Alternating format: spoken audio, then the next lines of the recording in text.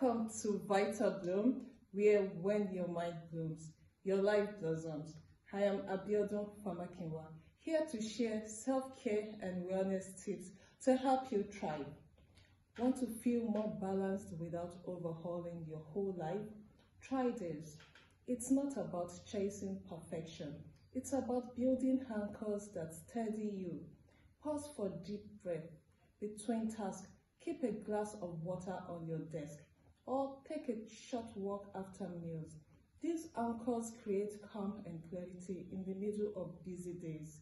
For more ways to stay centered and steady, join me on the Vital Bloom podcast, because when your mind blooms, your life doesn't. See you next time. Bye for now.